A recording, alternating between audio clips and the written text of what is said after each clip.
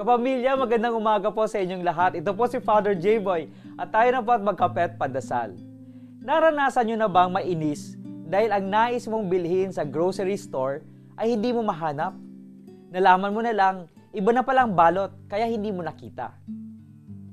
Ganito tayong naghahanap sa Diyos. Binabalikan natin ang mga bagay at lugar na nakasanayan na nating maranasan ng Diyos. Halimbawa, sa simbahan, sa mga sakramento, sa mga pagkakaibigang walang alitan, at sa komportableng pamumuhay.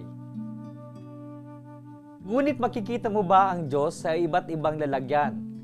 Tulad sa taong bastos, isang doktor na mali ang niresetang gamot, sa isang kriminal, sa isang tsismosa at palaaway na kapitbahay? Mga kapamilya, magdasal tayo na ang pinaka-importante ay ang makita natin ng Diyos sa kanyang iba't ibang anyo. Magandang umaga po.